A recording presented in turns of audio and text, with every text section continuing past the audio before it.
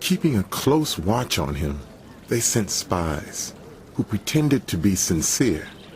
They hoped to catch Jesus in something he said so that they might hand him over to the power and authority of the governor. So the spies questioned him.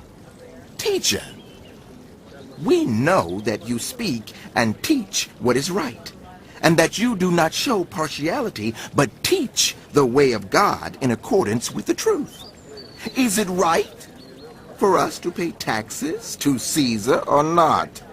He saw through their duplicity and said to them, Show me a denarius. Whose image and inscription are on it? Caesar's? They replied. He said to them, Then give back to Caesar what is Caesar's, and to God what is God's. They were unable to trap him in what he had said there in public. And astonished by his answer, they became silent.